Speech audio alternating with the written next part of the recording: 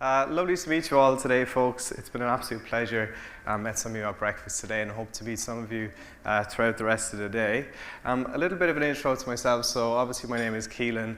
I'm at Klaviyo for the past 7 months. But I've kind of been in the MarTech space and working with Irish SMBs for the past 10 years.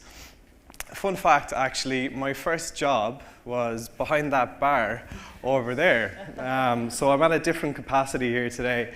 The capacity then was 15 shots of baby Guinness for the winner of the speeches. So it's nice to be back here in a different capacity today. So I suppose the objective of today is to really give you an understanding of the SMB landscape. So my role is specifically working with SMBs. So we'll share some of the learnings, what good looks like, and then we'll take a look at some consumer-driven predictions that will help shape e-commerce. So I want to give you something to take away from today that you can put into action. God, that agenda looks really small. So I don't know what happened that, but to serve, I suppose, the agenda, we can skip that because it's too small to read. So what does good look like when we think about our direct-to-consumer companies and SMBs that I work with on a daily basis? I suppose first and foremost what they're able to do is they're all relationship-driven, 100% relationship-driven, whether that's bricks and mortar in-store when someone comes through to online. To do this, they have to unify data across their different teams, across sales, service, and marketing. They're able to personalize every engagement across the entire life cycle. So like I said, someone comes into the store, they know their name, but also digitally as well.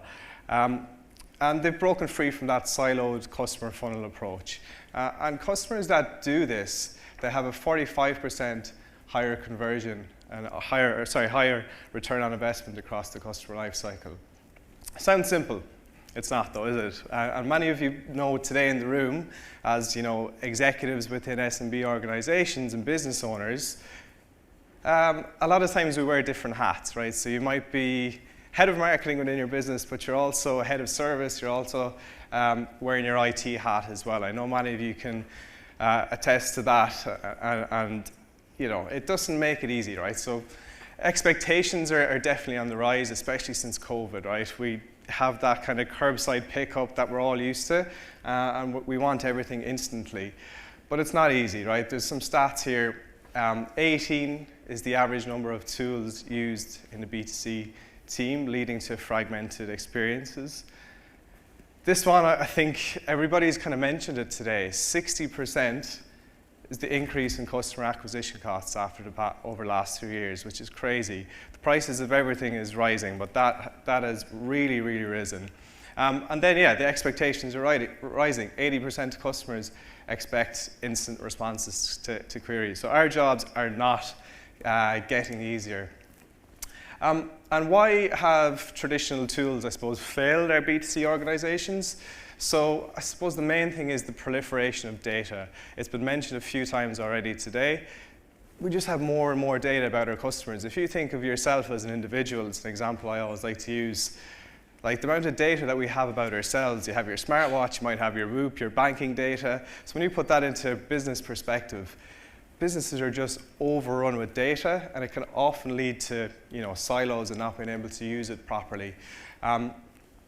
Again, a lot of the tools that were traditionally used and were excellent tools, they did have a bit of a B2B bias, so they were originally created for the B2B organization. So this is a bit of a visual representation of where a lot of the businesses that I speak with are today. Thanks to the likes of Magico and companies like that, the commerce system seems to be okay, right? We're very streamlined when it comes to making our purchases, our logistics. However, when it comes to the B2C tech stack, it's a bit of a hodgepodge, I suppose, if you want to use that. We've got our ads, our customer support, email, messaging, and they're just all over the place, right? So that can often lead, again, to, I suppose, a disconnected experience for our customers. We've all been in a bad mood and had to ring up customer service, and you've placed an order, you give them your email, and they're asking you questions, they don't know who you are. So we definitely don't want to give that experience to our customers. So I suppose a little bit about Klaviyo and how we've been helping our customers with these challenges. So at inception in 2012, we started out as a database first. I suppose we're known as an email tool, although we don't like to be known as that. We started as a database first, and the simple idea was that businesses should own their own customer data to create better experiences, to be more personalized. So an expression that we often hear is batch and blast. So we wanted customers to move away from batch and blast, and how do we do that? We give you access to your data. And then over the years, we've become an email tool, we've added SMS, we've added reviews, we also integrate with Trustpilot, so you can bring everything into one place. And that's allowed us to support our customers.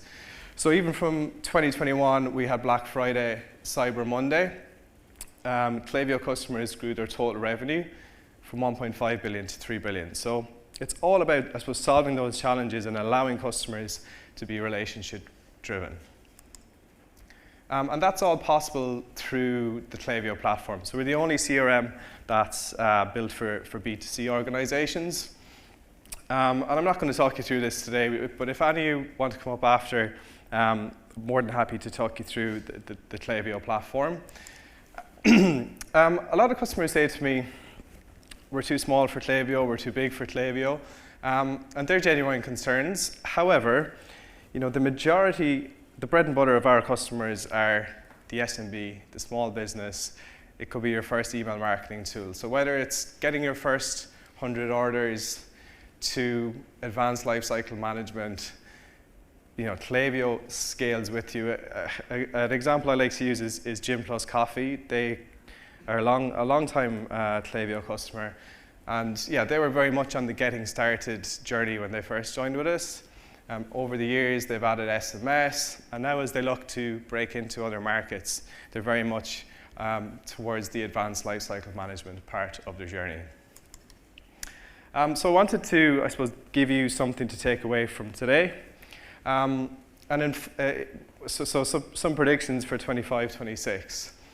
In order to look forward, we often have to look back. So the predictions for 2025-26 are based off consumer trends from 2024. So we did a survey with over 800 of our customers to understand what were the buying behaviors that they saw in 2024. So yeah, 24, it was a year that started with speculation.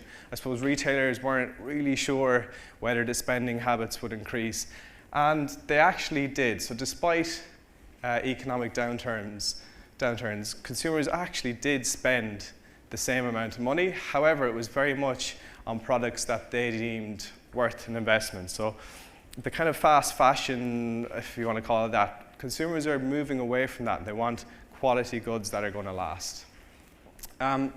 Consumers are also seeking out engagements with brands. They want to know the person behind the brand. That was already mentioned today, and that's something that we see quite a lot. So the likes of organic social, getting your face out there. I know not everybody likes to do it, but it really does help because that's what consumers want. And again, we're talking about they want you to be everywhere. They want you to be across all different channels, be it offline, online, social media. So they're kind of the trends that helped us put together some predictions. So I know I'm the one standing between you and your lunch, so we'll get through these predictions and then we'll be able to send you on your way. So I suppose the number one trend that we've discovered from speaking to our customers is that self-care becomes even more essential. So 91% of wellness brands are forecasting revenue growth in 2025. So people are putting more of an emphasis on their health, on their well-being. Great, okay, not everyone's not a wellness brand in here, but think about it. How can you, as a retailer, tap into your products to tap into people's need for prioritization of physical health, mental health? So when you think about your email marketing strategies and your content, I know we have hardware retailers here, so you're not about selling tools, it's about a man's shed can very much be a space for him to look after his mental health. So they're the type of things that we need to be thinking about. I know one of my goals is to have my own shed someday, so maybe that's something that you can tap into. Omnichannel, we've talked about this, it's not going away. Consumers expect us to be everywhere. So 69% of brands say their own e-commerce website is their top revenue channel, but also retail stores are second to that. So it's not a contradiction. Brands actually want you to be everywhere. So it's really important to think about that as you look forward to 25, 26. So I got nearly 15 minutes in without mentioning AI, but I have to mention it. Dialogue unlocks customer relationships. So I think we kind of mentioned this already, like customers want engagement from brands, and if done correctly, we can actually use AI to help facilitate that. So you can see Dentsu's Year of Impact report, 3 out of 4 customers expect AI to become embedded in most aspects of their lives. So if used correctly, and we've seen some examples of how it can be used today, and we'll probably talk about them as well when we come to the panel later, it can be used to unlock customer relationships. This isn't going away. It's great because we're here, we're Irish retailers, we're in Ireland. Local market takes the lead. So continuation of on from COVID, customers love to buy local. So you can see here 26% of consumers say proximity is an important factor when selecting which company to buy from. I was speaking to a retailer a couple of weeks ago, and they were like, they were figuring out how they can differentiate themselves from their competitors. The product is very similar, their offer, their price, everything was very similar. So what they're trying to do is they're trying to get into the local market so they can actually be closer to each consumer. So when the consumer does go to purchase, they're actually purchasing from someone that is within the local space. So I know many of you here today have the bricks and mortar business, and that's a massive advantage, and it's not going away. And finally, loyalty programs. There's a bit of a renaissance with them. Probably like the earliest ones in Ireland that we can think of is SuperQuinn, SuperValue, Aer Lingus. However, more and more customers that I speak to today, especially in the consumable space where you need to repeat purchase, you need to repeat buy, loyalty programs are a fantastic way to keep customers happy and to keep them coming back and rewarding them with some loyalty. So we have some strategies that we're helping our customers with today. However, when we think about our loyalty programs, there's a couple of things that they need to be. They need to be, excuse the typo there, that should be hyper-personalized. So they should be hyper-personalized when it comes to rewards. So that's all about knowing exactly what the customer wants. They help build that community strategy. And finally, they're tapping into, I suppose, a real-time adoption of customer preferences as well.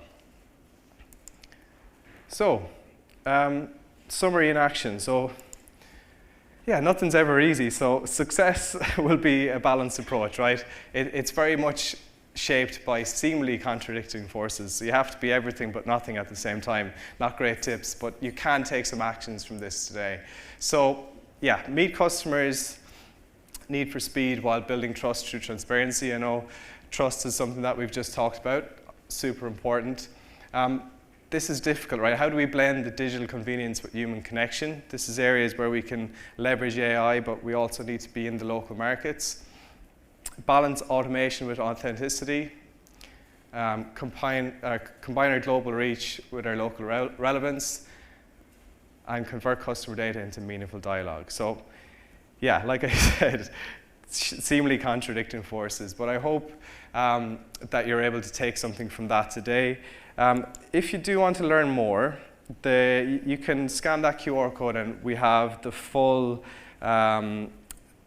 report that our trends were given from. A lot more detail in it than I just covered today, and it might help shape some of your strategies.